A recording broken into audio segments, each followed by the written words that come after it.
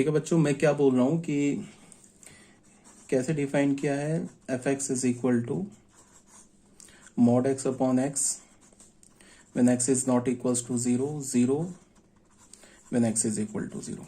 ठीक है, अब इसको हम लोग थोड़ा फर्दर और एक्सप्लेन करते हैं। अब अगर x जीरो नहीं है तो क्या होगा, x या तो पॉजिटिव होगा या तो निगेटिव होगा।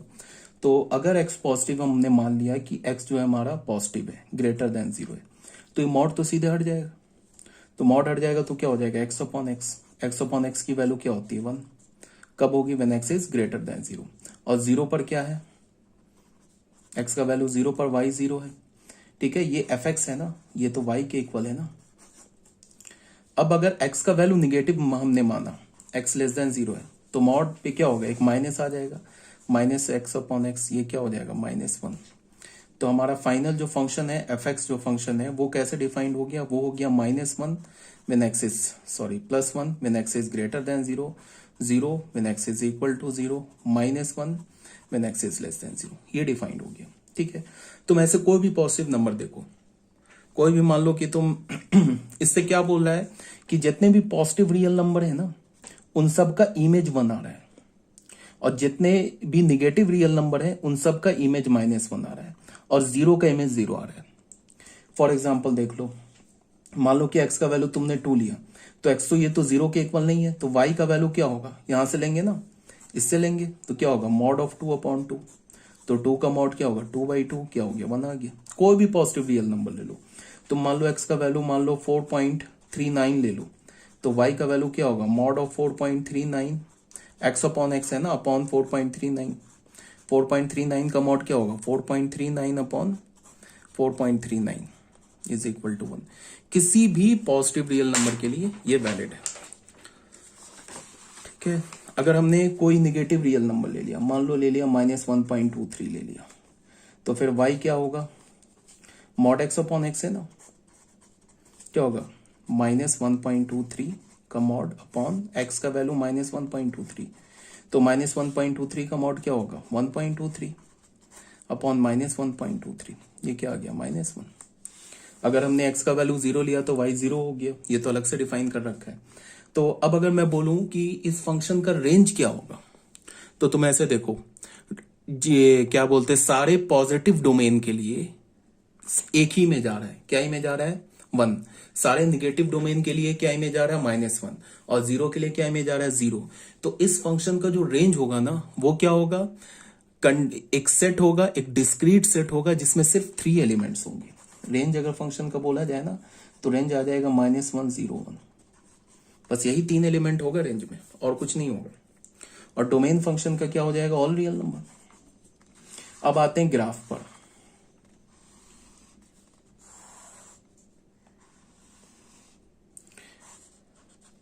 ये एक्स एक्सिस हो गया, ये हमारा वाई एक्सिस हो गया, ये हो गया 0। तो 0 पर फंक्शन का वैल्यू क्या, 0, तो ये पॉइंट आ गया।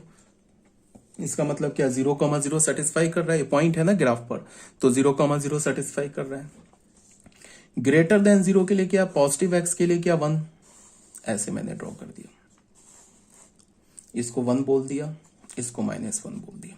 अब अगर मैं किसी 11th क्लास के बच्चों से पूछूं कि ग्राफ सही बनाया है, तो बच्चे बोलेंगे क्या, ये जैसे y इज इक्वल टू 1, ये देखो ना, ये आ रहा है ना, y इज इक्वल टू 1 आ रहा है ना x पॉजिटिव के लिए, और y इज इक्वल टू -1 आ रहा है ना x नेगेटिव के लिए।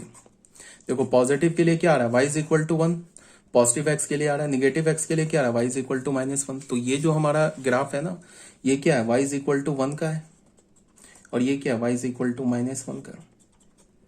ये है ना line, y is equal to -1 line, ऐसे ही ड्रॉ करोगे ना। लेकिन ये तो सिर्फ निगेटिव के लिए वैलिड है, तो निगेटिव ही तक हमने y इज इक्वल टू 1 अगर मैं लाइन बोलता तो ये तो पूरा हो जाता ना, y इज इक्वल टू 1, ये लाइन इधर से पूरा हो जाता। बट ये क्या है, ये लाइन मैंने यहां तक क्यों बनाया है, इसलिए बनाया कि सिर्फ पॉजिटिव के लिए डिफाइंड है, निगेटिव के लिए तो डिफाइंड ही नहीं है, तो निगेटिव वाला ग्राफ छोड़ दिया। ये y इज इक्वल टू -1 सिर्फ निगेटिव के लिए डिफाइंड है, पॉजिटिव के लिए नहीं है, तो इधर छोड़ दिया, पॉजिटिव वाला छोड़ दिया, तो ये ग्राफ आ गया। अब मैं अगर 11th क्लास के बच्चों से पूछूं कि ग्राफ सही बनाया है, तो मैक्सिमम 99% बच्चे बोलेंगे हाँ सही बनाया। बट ये ग्राफ जो है ना गलत हो गया, ये इसमें ब्लंडर हो गया। इस ग्राफ में क्या ब्लंडर हो गया है कि ये जो देख रहे हो ये पॉइंट देखो, यहाँ पे मैंने ग्राफ बना दिया है, इस पॉइंट पर देखो -1 है ये लिखा, इस पे भी मैंने पॉइंट बना दिया है, तो ये ब्लंडर हो गया ना। ये पॉइंट भी अगर ग्राफ पे लाई कर रहा है ना और ये भी पॉइंट ग्राफ पे लाई कर रहा है, तो इसका कोऑर्डिनेट क्या है? इसका कोऑर्डिनेट 0,1 है। इसका कोऑर्डिनेट क्या है? इसका कोऑर्डिनेट भी 0,1 है, 0,-1 है। ये भी पॉइंट अगर ग्राफ पे लाई कर रहा है तो इसका कोऑर्डिनेट क्या है? 0,0 ओरिजिन का। तो इसका मतलब क्या है कि जब हम x का वैल्यू 0 डालेंगे तो y का वैल्यू 0 मिलेगा, जो 0 पर एक इमेज मिल गया। फिर x का वैल्यू 0 डालेंगे तो y का वैल्यू 1 मिलेगा, तो 0 पर दूसरा इमेज मिल गया। फिर जब हम x का वैल्यू 0 डालेंगे तो y का वैल्यू -1 मिलेगा, तो 0 पे तीसरा इमेज मिल गया। तो 0 पे 0 जो फंक्शन के डोमेन है उसमें 3 इमेजेस आ गए, तब ये फंक्शन कहाँ रहा? तो ये करना क्या होगा, यहाँ पे होल करना होगा और यहाँ पे होल करना होगा, अब जाके ग्राफ सही हो गया। तो फाइनली हमारा सिग्नम फंक्शन का कर्व कैसे आएगा? ऐसे, ये 0, यहाँ पे होल ऐसे, यहाँ पे होल ऐसे। अब ये हो गया इस होल का कोऑर्डिनेट 0,-1, ये हो गया 0,1, ये हो गया 0, ये हो गया line y is equal to 1, ये लाइन हो गया y इज इक्वल टू -1, ये x एक्सिस, ये y एक्सिस। ये फाइनल हमारा किसका ग्राफ हो गया? y is equal to mod x upon x when x is not equals to 0, 0 when x is equal to 0। ठीक है, अब इस फंक्शन का डोमेन क्या हो गया? All real number. रेंज क्या हो गया? कंटेन 3 एलिमेंट्स, डिस्क्रीट सेट है, -1, 0 एंड 1। ठीक है, अब तुम ऐसे देखो कि अब अगर मैं कोई भी यहाँ पे ये पॉइंट उठा लू, ये पॉइंट उठा लू, ये पॉइंट उठा लू, मान लो ये पॉइंट हमारा 0.9 है, तो 0.9 से मैंने एक लाइन ड्रॉ किया, तो इस पॉइंट का कोऑर्डिनेट क्या हो जाएगा? इस पॉइंट का कोऑर्डिनेट मैं लिख रहा हूं, इस पॉइंट का कोऑर्डिनेट हो जाएगा ना 0.9,1, बिकॉज हमें पता है ना ये हॉरिजॉन्टल लाइन है, हॉरिजॉन्टल लाइन पर जो y कोऑर्डिनेट है वो फिक्स होता है और x कोऑर्डिनेट वेरी करता है, और वर्टिकल लाइन पे क्या होता है? x कोऑर्डिनेट फिक्स होता है, y कोऑर्डिनेट वेरी करता है। तो यहाँ पे ये अगर 0.9 है तो इसका क्या मतलब हुआ कि जब मैं x में 0.9 डालूंगा ना तो y का वैल्यू 1 आ जाएगा, जो कि ट्रू है, बिकॉज मैंने क्या बोला कि सारे पॉजिटिव रियल नंबर के लिए इमेज क्या आ रहा है? 1 आ रहा है। यहाँ पे मान लो कोई भी तुम रियल नंबर उठाओ, उसके क्रॉसपॉन्डिंग इस पॉइंट पे जाओ, तो इस पॉइंट ये अगर अल्फा है तो इस पॉइंट का कोऑर्डिनेट क्या होगा? α,1। तो इसका मतलब क्या है? अल्फा का इमेज 1 आ रहा है, जो कि ट्रू है। सारे पॉजिटिव रियल नंबर के लिए एक ही इमेज आ रहा है ना, 1। ठीक है, 0 पर इमेज क्या आ रहा है? 0। यहाँ पे मान लो मैंने एक पॉइंट उठा लिया, -1.3 उठा लिया, तो इसके क्रॉसपॉन्डिंग इस पॉइंट का कोऑर्डिनेट क्या होगा? -1.3, -1। तो ये भी ट्रू है। सारे निगेटिव रियल नंबर के लिए क्या होगा उसका इमेज? -1 होगा। कोई भी तुम उठा लो, मान लो ये -β है, तो -β का यहाँ पे इमेज क्या आ जाएगा? -β नहीं, +β लेते हैं। ठीक है, तो +β लेने का मतलब क्या हो गया कि ये नहीं कि बीटा पॉजिटिव नंबर है, बीटा को हमने ओरिजिन से लेफ्ट साइड रखा है, तो बीटा खुद में निगेटिव है। ये नहीं कि मैंने ऑलरेडी बता रखा है ना कि x लिख के अगर मैं तुमसे पूछूं कि x पॉजिटिव है निगेटिव है, तो हम ऐसा नहीं बोल बैठेंगे कि x पॉजिटिव है x निगेटिव है, गलत हो जाएगा। x का पॉजिटिव निगेटिव होना इस बात पे डिपेंड करेगा कि x का वैल्यू क्या है।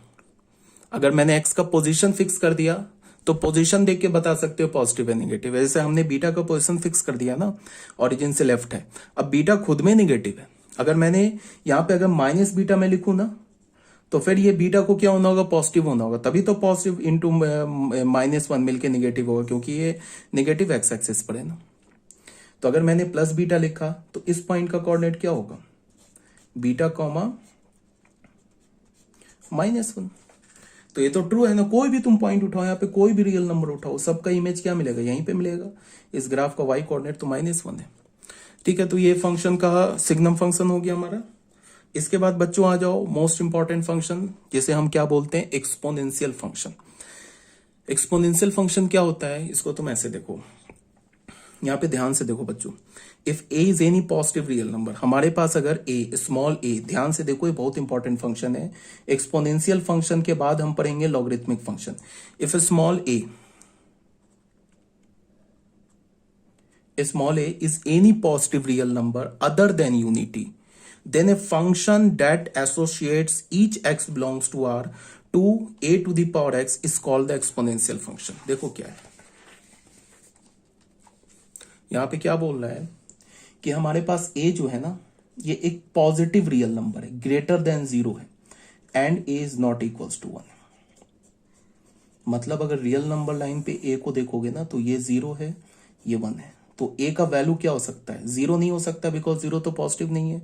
1 को भी हमने मना कर दिया, तो ए का वैल्यू 0 से 1 के बीच में हो सकता है और ग्रेटर देन 1 हो सकता है। ये ए का पॉसिबल वैल्यूज हो सकता है, लेस देन 0 नहीं होगा। तो हमने क्या बोला कि a is greater than 0 and a is not equals to 1। तो हमने एक फंक्शन डिफाइन किया एफ।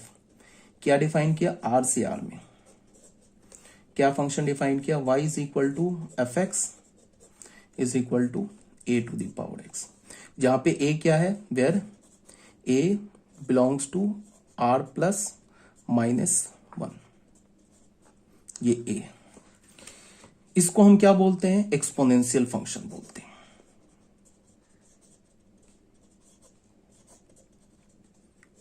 ठीक है, अब ये x क्या हो सकता है? कोई भी रियल नंबर हो सकता है। a तो हमारा फिक्स होगा ना, a तो फिक्स होगा। a तो हमने बोला, मान लो a का वैल्यू हमने 2 ले लिया, चल जाएगा। -1/2 लेंगे या -2 लेंगे, नहीं चलेगा, बिकॉज -2 तो निगेटिव हो गया ना। तो a तो हमेशा फिक्स होगा। वैरी क्या करेगा? x करेगा। a नहीं वैरी कर रहा है, a फिक्स होगा। एग्जाम्पल एक्सपोनेंशियल फंक्शन का ऐसे ले लो, 2 टू द पावर x हो गया, या f x is equal to 1/9 to the power x हो गया, या f x is equal to 0.1 पे पावर x हो गया। ये सब एक्सपोनेंशियल फंक्शन का।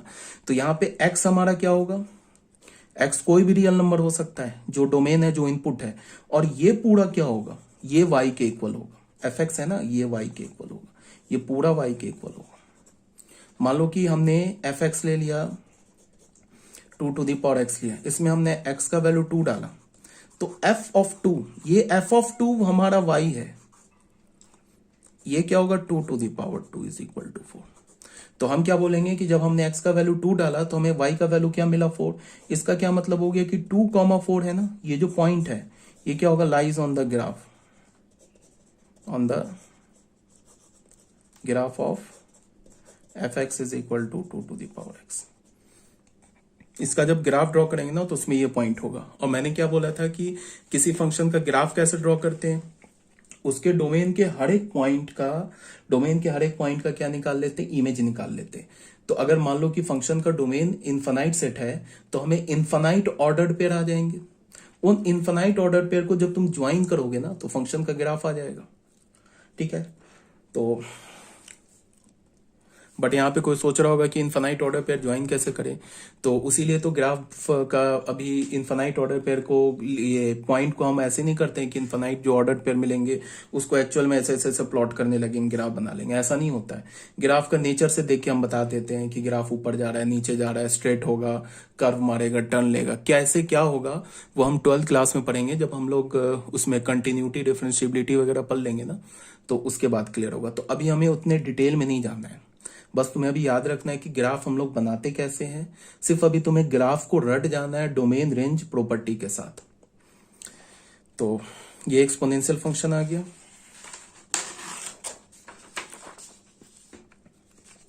अब यहां पे क्या है?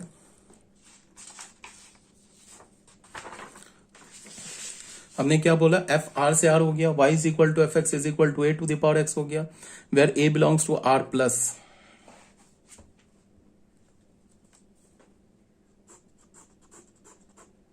आर प्लस, यहाँ पे बच्चों करेक्ट कर लेना यार, आर प्लस में 1 भी तो आ गया यार, करेक्ट कर लेना पीडीएफ में, गलत मत लिख के बैठ जाना, पीडीएफ में 1 भी आ जाएगा ना। आर प्लस में तो -1 लिखा है, आर प्लस में तो पॉजिटिव में तो 1 भी आ गया ना, तो उससे 1 हटा देना है। डेट इज ए क्या होगा? Greater than 0 and a is not equals to 1, correct कर लेना पीडीएफ में। तो डोमेन क्या होगा फंक्शन का? आर। रेंज क्या होगा फंक्शन का? सिर्फ पॉजिटिव रियल नंबर। अब क्यों रेंज पॉजिटिव रियल नंबर होगा?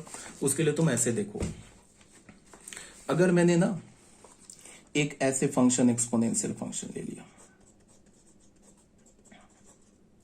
अब मैं यहां पे दुनिया का कोई भी एक्स डालूं, ये y निगेटिव नहीं हो सकता, y 0 भी नहीं हो सकता है, चाहे कोई भी रियल नंबर डालूं। अगर हमने x का वैल्यू 0 डाला, देन y क्या हो जाएगा? 1 हो जाएगा।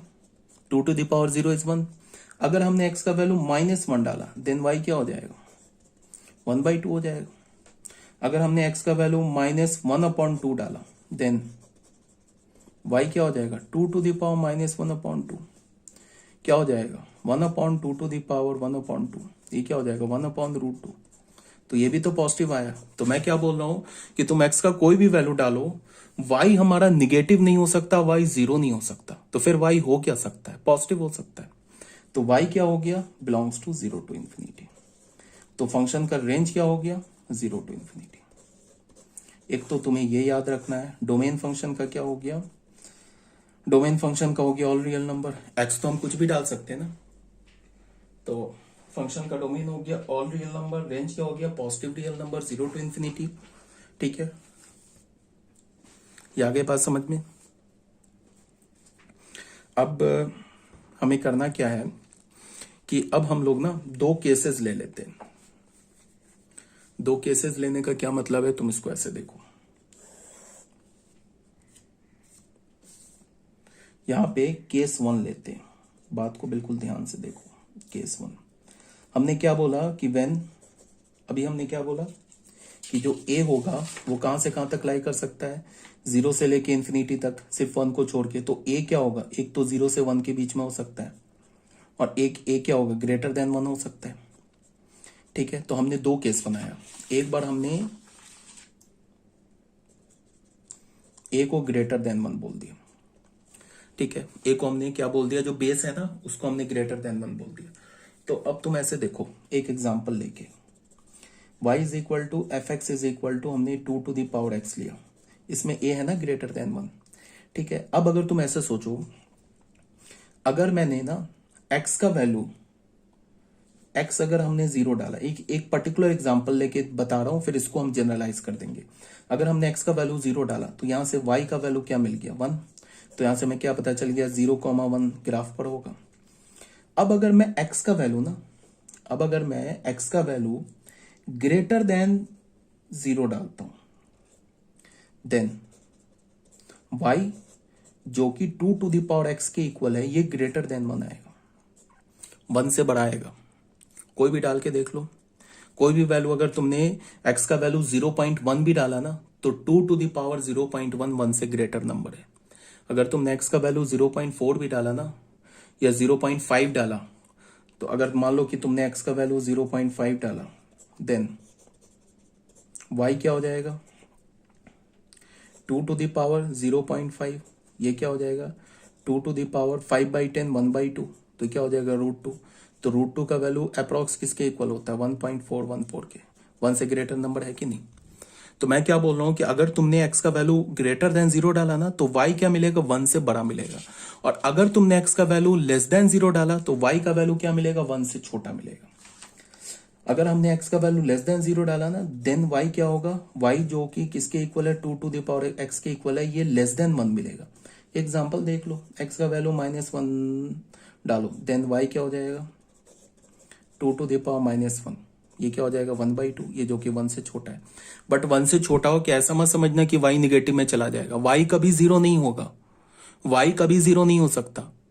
ठीक है, और y कभी निगेटिव नहीं हो सकता, y का वैल्यू 1 से छोटा होगा, 0 नहीं होगा निगेटिव नहीं होगा। तो फिर y होगा क्या 0 से 1 के बीच में होगा, चाहे तुम कितना भी छोटा निगेटिव नंबर x का डालो, x का वैल्यू -10,000 करोड़ डाल दो, तब भी y 0 नहीं होगा निगेटिव नहीं होगा। तो y होगा क्या 0 के और क्लोज और क्लोज और क्लोज, पास पास पास आता जाएगा। ठीक है, अब 0 के कितना पास आएगा, तो नंबर के किसी नंबर के पास आने का कोई लिमिट नहीं है, वो इनफाइनाइट टाइम तक पास आ सकता है। मैं बोलूं कि 2 के क्लोज करना है तो 2 के क्लोज कैसे कर सकते हो, नंबर को 1.9 करो, एक 9 और जोड़ दो 1.99, फिर 1.99999 करते रहो जिंदगी भर, मर जाओगे तब भी नंबर नहीं खत्म होगा। तो 2 के पास तो हम क्लोज ला सकते हैं ना लेफ्ट हैंड साइड से 1.99 करते हुए। ठीक है, तो मेरे कहने का क्या मतलब है कि अगर तुमने x का वैल्यू इस फंक्शन के लिए, जब बेस 1 से ग्रेटर होता है ना, तुम अगर x का वैल्यू 0 डालोगे ना तो y का वैल्यू 1 मिलेगा, और अगर तुमने x का वैल्यू पॉजिटिव डाला ना तो इस फंक्शन में बता रहा हूं y का वैल्यू 1 से बड़ा मिलेगा, और x का वैल्यू निगेटिव डाला तो y का वैल्यू क्या मिलेगा, y का वैल्यू 1 से छोटा मिलेगा बट 0 से बड़ा मिलेगा, मतलब 0 से 1 के बीच में मिलेगा। ठीक है, और अगर तुम x का वैल्यू पॉजिटिव में बढ़ाते जाओगे, ठीक है, पॉजिटिव में बढ़ाते जाओगे तो y की वैल्यू बढ़ती जाएगी। कहां तक बढ़ती जाएगी? इन्फिनिटी तक। x का वैल्यू जैसे जैसे 2 डालो, 3 डालो, 4 डालो, 1000 डालो, करोड़ डालो, अरब डालो, खरब डालो, y का वैल्यू उतनी तेजी से आगे बढ़ता जाएगा, इन्फिनिटी की ओर जाता जाएगा। और x का वैल्यू तुम कम करते जाओगे ना, -4, -10, -10 करोड़, -20,000 करोड़ ऐसे डालोगे तो जो x का वैल्यू, y नहीं x का वैल्यू, तो y क्या होता जाएगा? 0 के क्लोज आता जाएगा। 0 से 1 के बीच में ही होगा, बट वो क्या होगा? 0 के क्लोज आता जाएगा। कभी भी 0 नहीं होगा y, कभी भी निगेटिव नहीं होगा, बट 0 के क्लोज क्लोज क्लोज आता जाएगा। ठीक है, तो इन सारी बातों को ध्यान में रखते हुए हम फंक्शन का कर्व ड्रॉ करेंगे। तो फंक्शन हम कैसे बोल सकते हैं? y is equal to a to the power x क्या होगा? ये होगा क्या? ग्रेटर देन 1 होगा। कब होगा? a to the power x greater than 1 होगा। कब होगा? व्हेन x ग्रेटर देन 0 होगा। और क्या होगा? 1 होगा। कब होगा? जब x हमारा 0 होगा। और लेस देन 1 कब होगा? y, जब x हमारा लेस देन 0 होगा।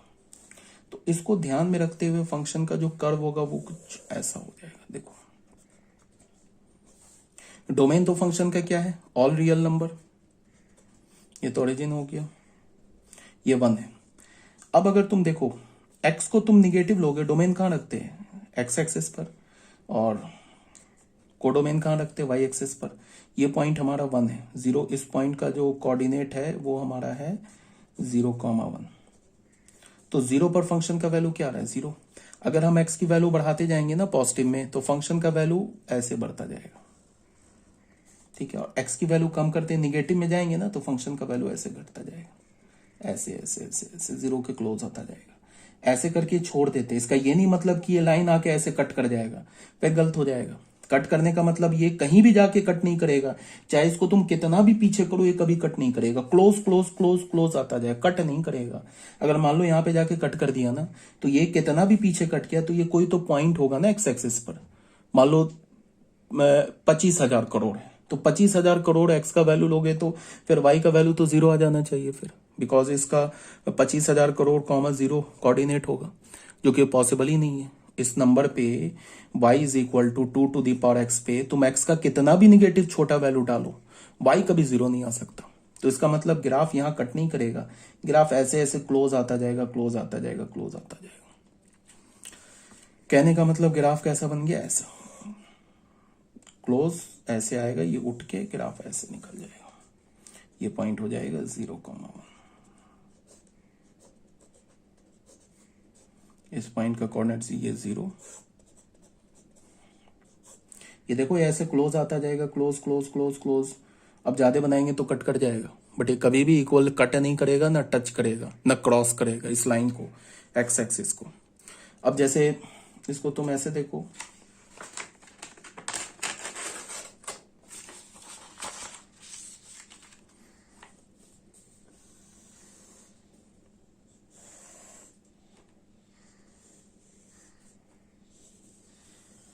ऐसे बनेगा ग्राफ।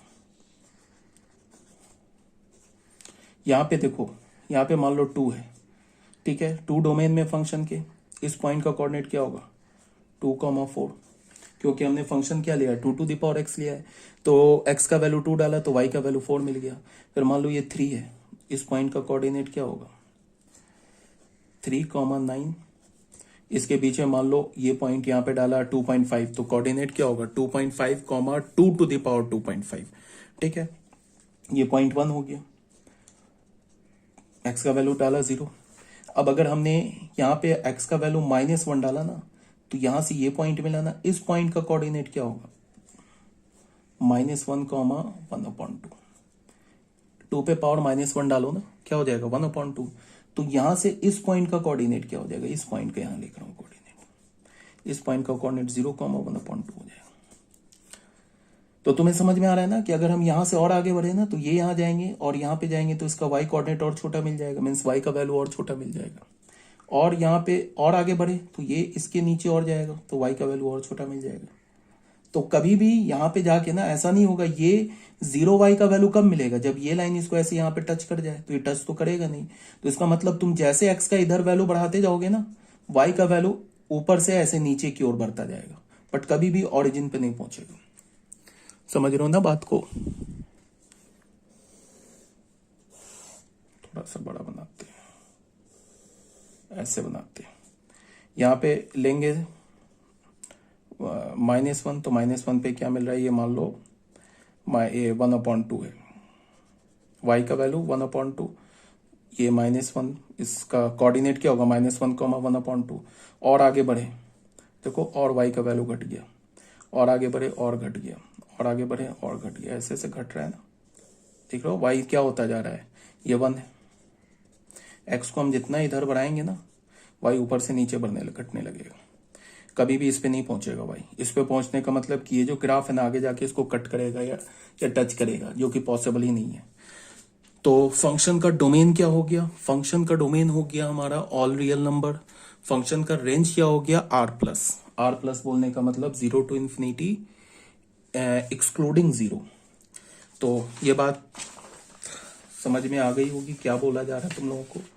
तो अभी तक हमने क्या लिया था, बेस 1 लिया था, ग्रेटर देन 1 लिया था, ठीक है। अब क्या लेंगे, बेस को क्या लेंगे बेस को अब हम क्या लेंगे, लाइज बिटवीन 0 and 1। तो उससे भी पहले यहाँ पे ग्राफ ये बना रखा है, देख लो यही ग्राफ बना दिया है, ये आगे बढ़ेगा, ये ऊपर जाएगा। अब यहाँ पे क्या बोला है, वी ऑब्जर्व दैट, यहाँ पे ये कुछ ऑब्जर्वेशन है, वो देख लो क्या ऑब्जर्वेशन बोल रहा है। 2 to the power x से का जो वैल्यू होगा वो ग्रेटर होगा 3 to the power x के वैल्यू से, वो ग्रेटर होगा 4 to the power x के वैल्यू से, वो ग्रेटर होगा ऐसे 5 to the power x के वैल्यू से, फॉर ऑल x। अब तुम बता सकते हो क्या होगा, ग्रेटर देन 0 होगा या लेस देन 0 होगा, ये बताओ, सोचो क्या होगा। यहां पे मैं x का वैल्यू ग्रेटर देन 0 डालूं या लेस देन 0 डालूं, तो तुम एक काम करो ना, कोई भी एक x का पॉजिटिव वैल्यू डाल के देख लो। x का वैल्यू 2 डालो, तो 2 डालोगे तो क्या हो जाएगा, ये बताओ। ये 4 हो जाएगा, ये क्या हो जाएगा, 9 हो जाएगा। तो 4 इज ग्रेटर देन 9, ये तो फॉल्स है ना। तो इसका क्या मतलब होगा, ये ऐसे लेस देन 0 होगा, ठीक है। अगर तुम देखो x का वैल्यू निगेटिव डालोगे ना, x का वैल्यू तुम -1 डालो, तो माइनस यहां इसको 2 को देखो सिर्फ, तुम यहां से x का वैल्यू -1 डालो तो क्या होगा, 1/2 इज ग्रेटर देन 1/3। तो ये तो करेक्ट है ना। किसी भी चीज का दूसरा हिस्सा उसके तीसरे हिस्से से तो बड़ा होता है ना। एक रोटी का जो दूसरा हिस्सा होगा, वो एक रोटी को 3 हिस्सा करके लोगे तो 1/3 तो छोटा होगा ना 1/2 से, तो करेक्ट आ रहा है। तो ये वाला चीज कब ट्रू है, जब x का वैल्यू क्या हो, लेस देन 0। और 2 to the power x, ये 3 to the power x, ये 4 to the power x, ये सब बराबर कब हो जाएगा, at x is equal to 0, 0 पे सब 1 के इक्वल हो जाएगा। 2 to the power x से बड़ा होगा 3 to the power x, इससे बड़ा होगा 4 to the power x, इससे बड़ा होगा 5 to the power x। ये कब होगा, for all x greater than 0। कोई भी नंबर उठा के देख लो, x का वैल्यू 2 ले लो, तो यहाँ पे क्या होगा, 4 इज लेस देन 9, करेक्ट। अब यहाँ देखो 9 इज लेस देन 16, करेक्ट। तो ये एक चीज बताया गया।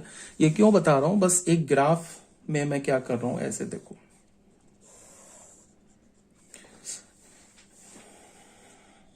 समझो ये ग्राफ क्या हो रहा है।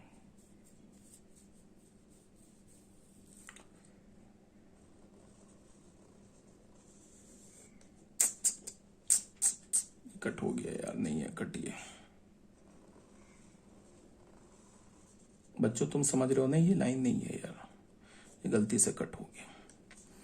इसका कर्व क्या होगा, ये सबसे छोटा है ना पॉजिटिव के लिए, तो ये क्या हो जाएगा, ये हो जाएगा 2 to the power x। इससे ऊपर क्या होगा, ये वाला curve 3 to the power x, और ये वाला जो कर्व है ना, ये 4 to the power x हो जाएगा। सबसे ऊपर कर्व क्या होगा, बिकॉज हमें पता है ना कि पॉजिटिव के लिए 4 to the power x 3 to the power x से बड़ा है और 2 to the power x से बड़ा है। तो 4 to the power x जो होगा ना ग्रेटर देन 0 के लिए, पॉजिटिव के लिए 4 to the power x का कर्व जो होगा सबसे ऊपर होगा। और अगर निगेटिव के लिए देख लो, तो निगेटिव के लिए 2 to the power x सबसे बड़ा है, इस 3 को देखो। तो इसका मतलब कि अगर ये 4 to the power x का कर्व है, तो ये वाला जो सबसे लेस देन 0 के लिए सबसे नीचे होगा 4 to the power x का कर्व, और ग्रेटर देन 0 के लिए सबसे ऊपर होगा 4 to the power x का कर्व। उसके बाद 3 to the power x का कर्व होगा 4 to the power x से नीचे, तो ये 3 to the power x का ये कर्व आ जाएगा। अब देख लो 2 to the power x का जो कर्व है ना, पॉजिटिव के लिए, पॉजिटिव x के लिए सबसे नीचे होगा, बट निगेटिव x के लिए सबसे बड़ा हो जाएगा। क्योंकि जब x का वैल्यू हमने निगेटिव लिया है ना, तो 2 टू द पावर x इन तीनों में सबसे बड़ा है। तो इसका मतलब जो ग्राफ सबसे ऊपर होगा ना पॉजिटिव के लिए, वो ग्राफ सबसे नीचे होगा निगेटिव के लिए। और जो ग्राफ सबसे नीचे होगा ना, जैसे सबसे नीचे कौन सा है, 2 टू द पावर x है ना, वो निगेटिव पॉजिटिव में जो सबसे नीचे होगा वो निगेटिव में सबसे ऊपर होगा, और बीच वाला ग्राफ तो बीच में ही रहेगा। तो और 0 पर तीनों का वैल्यू क्या हो जाएगा, 0,1। तो ये बस ऐसे ही बताया जा रहा है कि इनसाइट दिया जा रहा है, फंक्शन कुछ आ जाए समझ में।